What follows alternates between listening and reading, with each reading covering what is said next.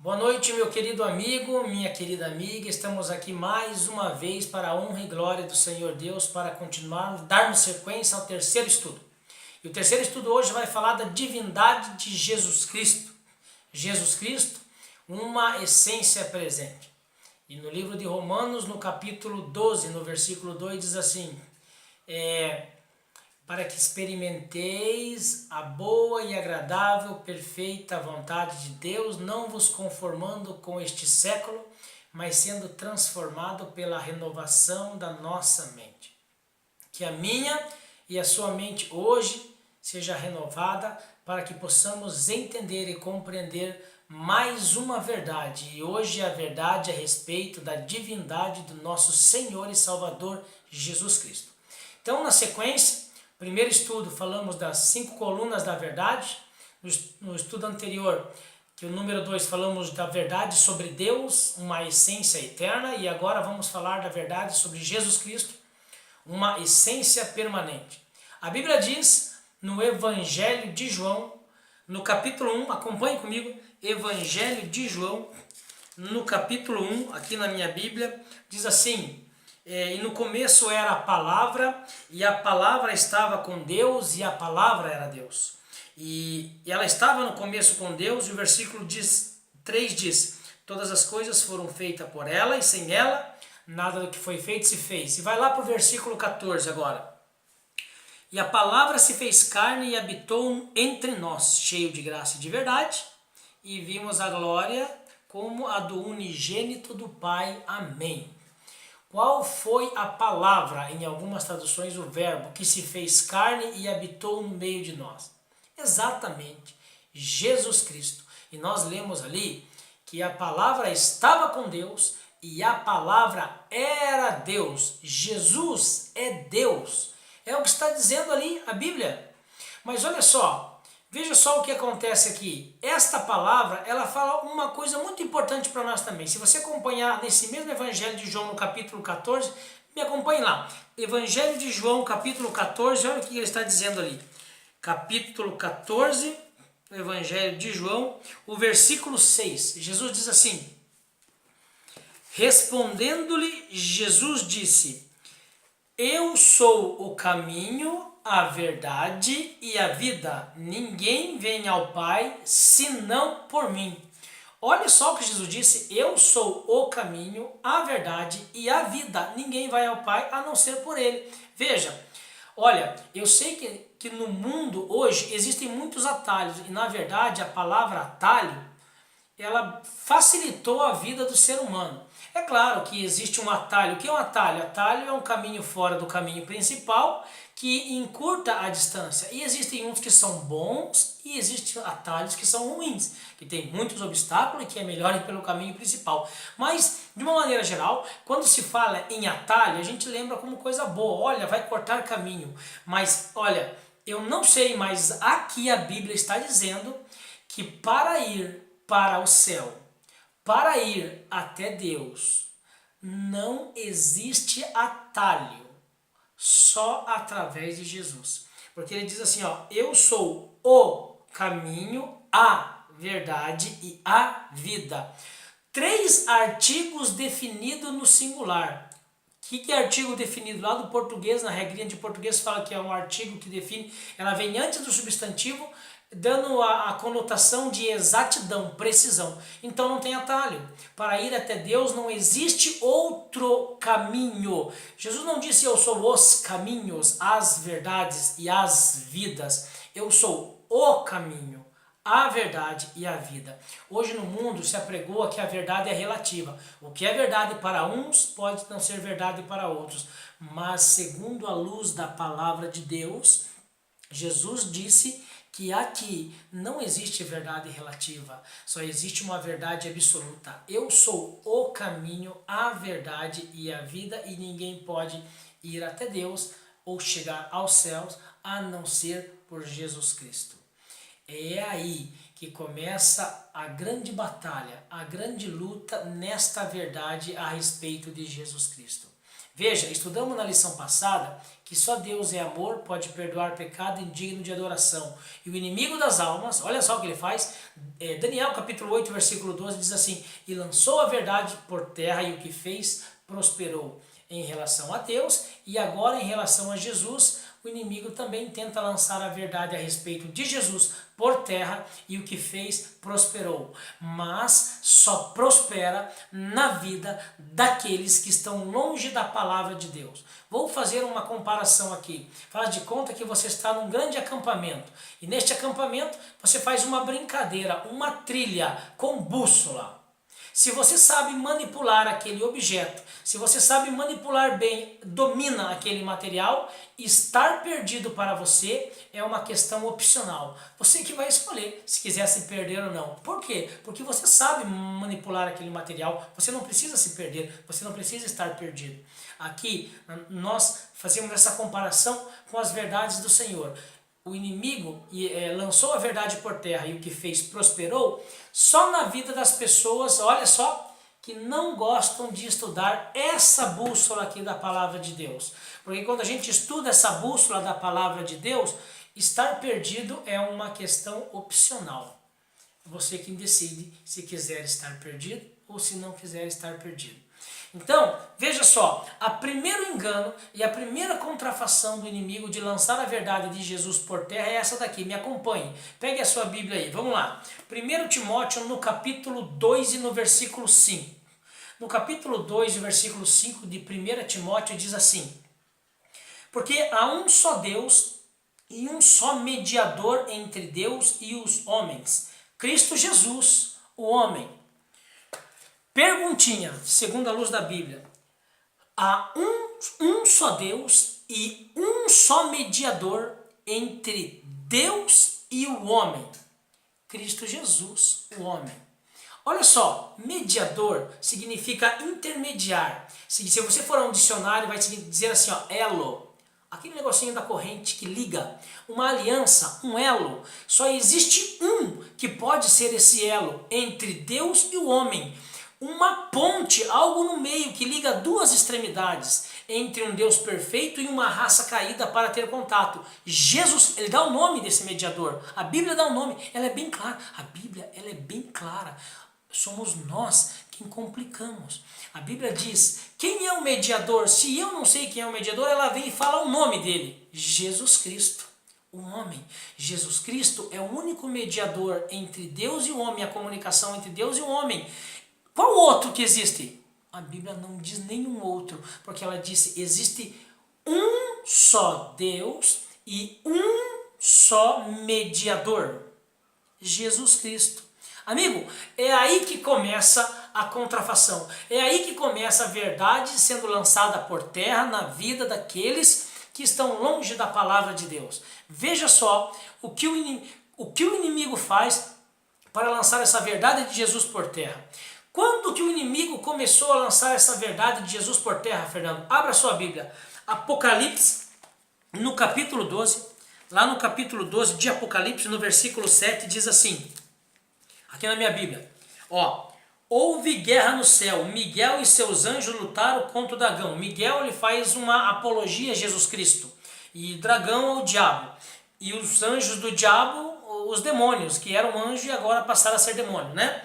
Miguel e seus anjos também lutaram, o dragão e seus anjos, todavia não ficaram no céu e o seu lugar não achou mais lá. E foi expulso o grande dragão, a antiga serpente, que se chama Diabo e Satanás, o sedutor de todo mundo, sim, foi atirado para a terra, com ele os seus anjos, o que nós já falamos, os demônios. Olha, o sedutor, o enganador de todo mundo, ele estava lá no céu, ele foi expulso de lá, lutando contra Jesus e os seus anjos lá. Começou lá. Ó, no céu pode ter guerra? A minha Bíblia diz que a guerra começou lá. E ele não ficou mais lá, porque o céu é um lugar de paz, não de guerra. E ele foi lançado, ele foi expulso para a terra. O sedutor, o enganador. E sabe o que ele está fazendo aqui na terra? Exatamente o que ele estava fazendo lá no céu. Enganando as pessoas, ó. E lançando a verdade a respeito de Jesus por terra, para tentar prosperar na vida de muitas pessoas. E vamos ver, além de outras verdades sobre Jesus que ele tenta lançar por terra, nós damos ênfase a essa porque ele bate com veemência nessas verdades de Jesus lançada por terra. E se existe um só mediador, veja, o que o diabo está fazendo? Bom, a guerra começou lá no céu, ele começou a odiar Jesus lá no céu e agora ele veio aqui para a terra. Aí Jesus sai do céu e vem para a terra também, e o anjo vem dizendo para Maria que o ente que do Espírito Santo colocado nela irá nascer, vai ser chamado Filho de Deus. Pergunta, no nascimento de Jesus, Satanás tentou projetar algum mal contra Jesus? Sim ou não? E isso na pessoa de Herodes o Grande, né? Lá no capítulo 2 de Mateus, do versículo 16 em diante, fala assim, o título, né? A matança dos inocentes. Lá Herodes o Grande, quando os magos não voltaram para avisar ele aonde estava Jesus, porque um anjo avisou para os magos não fazer isso, né? Um anjo de Deus falando isso aí, e eles não voltaram. Herodes ficou tão furioso, que ele decretou que todas as crianças com 2 anos para baixo tinham que morrer. Olha só, a matança dos inocentes. Você consegue ver Satanás por detrás disso aí? Consegue? E a Bíblia não relata, mas diz que acredita-se que na infância de Jesus, Satanás também fez de tudo para destruir Jesus, porque o ódio dele contra Jesus começou lá no céu, e ele fez de tudo. E olha só, quando Jesus foi batizado no Jordão, ao sair das águas, ele foi conduzido pelo Espírito Santo para o deserto. Adivinha quem estava lá? Exatamente, este mesmo Satanás estava lá tentando Jesus, e Jesus venceu ele pela palavra de Deus, pela palavra eterna. E quando Jesus começou o seu ministério, olha onde estava Satanás, de novo ali, tentando fazer com que Jesus pecasse, lutando contra Jesus, através do que? Através dos líderes religiosos que buscavam destruir Jesus, que buscavam apedrejar Jesus, fazer mal contra Jesus. Estava através dos doentes, né, dos paralíticos, dos coxos, mas Jesus, pelo poder da sua palavra, curava e libertava essas pessoas. Lá estava Satanás tentando Jesus novamente através dos endemoniados, e Jesus libertava essas pessoas porque ele venceu Satanás de volta. E toda vez que Satanás batia contra Jesus, ele perdia, porque Jesus o vencia pela palavra eterna. E ele estava lá no momento da crucificação, e Satanás estava lá também, junto com os discípulos de Jesus, entrando nos discípulos de Jesus para poder tentar Jesus de todas as formas. Você quer ver um exemplo? Me acompanha aí, Mateus capítulo 16, acompanha aí a sua Bíblia, Mateus no capítulo 16 e no versículo 18, vamos ver o que diz em Mateus capítulo 16 e versículo 18, olha ali, ó.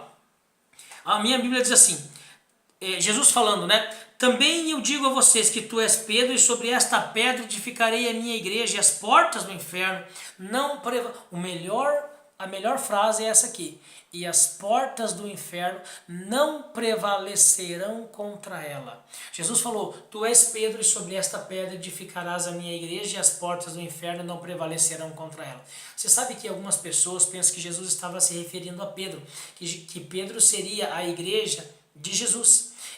Mas Pedro não poderia ser a igreja de Jesus. Jesus, na verdade, não estava falando que Pedro, Cefas, rocha, seria a igreja de Jesus. Jesus estava falando que ele, como pedra angular, a pedra que os construtores rejeitaram, ele seria a igreja verdadeira. Jesus falou, sobre esta pedra edificareis a minha igreja, porque ele disse na frase final, e as portas do inferno não prevalecerão contra ela.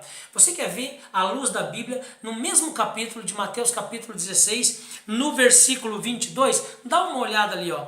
E Pedro, chamando Jesus à parte, começou a reprovar ele, dizendo, tenha compaixão de ti, Senhor, e não deixe que isso te aconteça. Mas Jesus, voltando-se, disse a Pedro, afasta-te de mim, Satanás, porque tu és para mim uma pedra de tropeço, porque você não tem pensamento das coisas de Deus, e sim pensamento das coisas dos homens. Olha, se Satanás tem um lugar que ele não poderia estar perto, é perto de Jesus.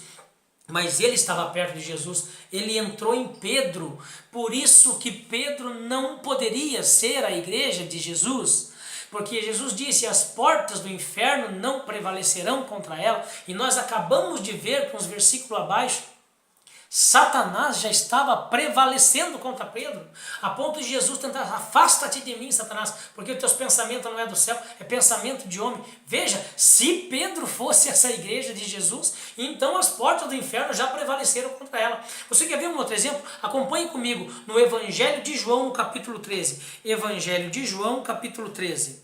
No Evangelho de João, no capítulo 13, lá no versículo 25, a minha Bíblia diz assim, olha só.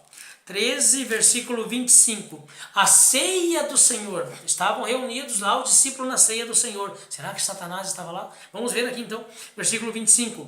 Então aquele discípulo, inclinando-se sobre o peito de Jesus, perguntou: Senhor, quem é? Esse é o discípulo João, o autor deste livro. Estava reclinado no peito de Jesus, porque Jesus falou que um deles ali que estava reunido naquele jantar, naquela ceia, ia trair ele. Então o discípulo querido perguntou para ele: quem é? Versículo 26. Respondeu-lhe Jesus: é aquele a quem eu der um pedaço de pão molhado. Tomou um pedaço de pão e, tendo molhado, deu para Judas, filho de Simão Iscariote. Versículo 27, está aí a parte que nós tanto esperamos. E após o bocado imediato, entrou nele Satanás. Então Jesus disse: o que pretende fazer, faz depressa. Olha, lá na ceia, lá na janta com Jesus, todos reunidos. Quem estava lá também? Satanás. E ele estava em quem? Em Judas. Você viu que Satanás prevaleceu-se contra os discípulos do Senhor Jesus? Satanás prevalecia? Mas deixa eu fazer uma pergunta para você. Qual foi a vez, desde o céu ao nascimento de Jesus, na tentação do deserto e nos momentos do ministério do Senhor Jesus, na ceia, qual foi a vez que Satanás prevaleceu contra Jesus? Exatamente nenhuma vez, para que se cumprir aquilo que Jesus falou.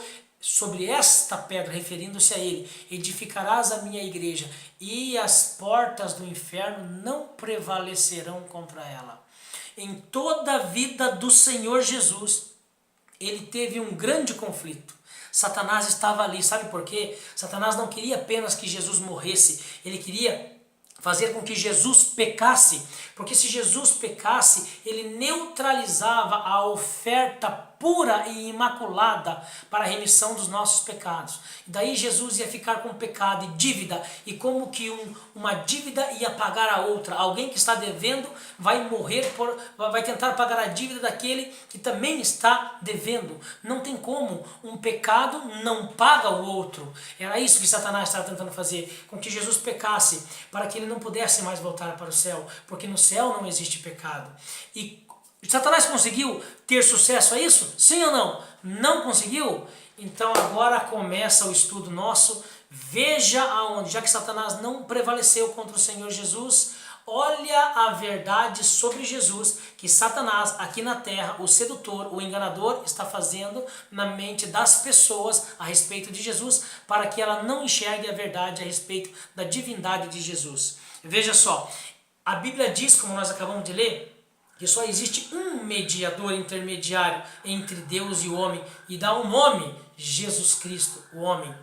Satanás está lançando esta verdade por terra, colocando outras criaturas como mediadores entre Deus e o homem. Olha, está tentando fazer um atalho para chegar até Deus. E para chegar até Deus não tem atalho, só tem um caminho, o caminho, a verdade e a vida, que é Jesus Cristo. Que ele diz: eu sou o caminho. Não existe outro caminho para chegar até Deus, somente através de Jesus. Mas Satanás tirou a mediação de Jesus Cristo como o único mediador e colocou santos e colocou outros que chamam de divindade, que pode interceder por nós, em relação, para Deus em relação a nós. Pode interceder e não pode. Quem pode fazer isso é só Jesus. Mas essa é uma verdade que nós aprendemos e que Satanás está tentando lançar por terra. Ele está lançando por terra a verdade a respeito de Jesus. A verdade que somente Jesus pode perdoar pecado. Jesus e Deus podem perdoar pecado. Nós lemos ontem que no primeiro João, na primeira carta de João, no capítulo 1, versículo 9, está escrito assim: se confessares os vossos pecados, ele é fiel e justo para perdoar de todos os pecados e purificar as nossas iniquidades. Mateus capítulo 9, versículo 6, Jesus fala assim: para que saibais que o Filho do Homem tem toda a autoridade sobre a terra para perdoar pecados. Satanás está lançando a verdade que Jesus e Deus pode perdoar pecado por terra, colocando outras pessoas que também, dizendo que outras pessoas também podem perdoar pecados, e a Bíblia não relata isso. Satanás está lançando a verdade que Jesus não é Deus, e nós acabamos de ler no Evangelho de João que a palavra estava com Deus e a palavra era Deus. Agora abra sua Bíblia em 1ª carta de João, no capítulo 5 e no versículo 20. Na minha Bíblia diz assim: também sabemos que o Filho de Deus é vindo e nos tem dado entendimento para conhecermos o verdadeiro. E nós estamos no verdadeiro, que é em seu Filho Jesus Cristo. Este é o verdadeiro Deus, com letra maiúscula, e a vida eterna. Então, Jesus Cristo é Deus. Jesus Cristo pode perdoar pecado. Satanás, como não venceu Jesus Cristo, está tentando vencer a verdade sobre Jesus Cristo, lançando ela por terra na vida das pessoas, dizendo que não só Jesus pode perdoar pecado, mas outra criatura também pode perdoar pecado e interceder a Deus por nós.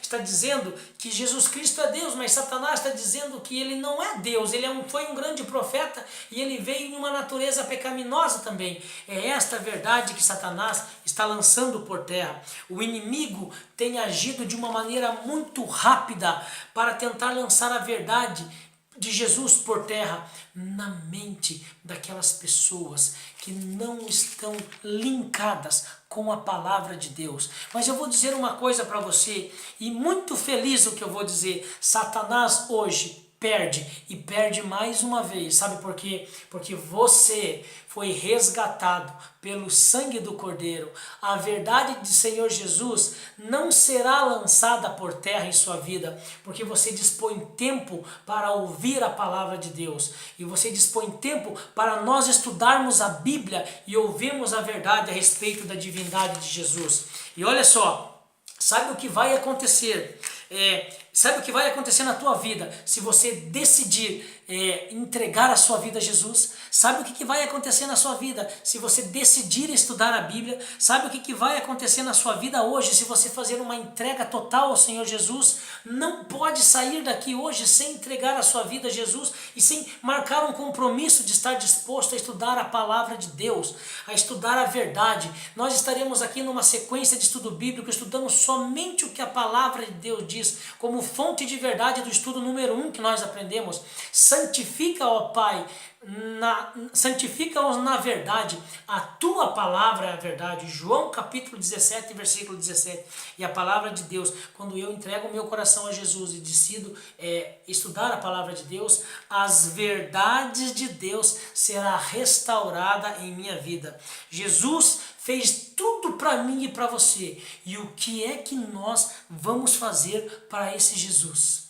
Vamos estudar a palavra de Deus? Não existe ninguém mais que pode intermediar para Deus, fazer uma ponte entre Deus e o homem, somente Jesus Cristo, ninguém mais. Essa verdade, ela não pode ser lançada por terra na nossa vida, na sua vida. Sabe por quê?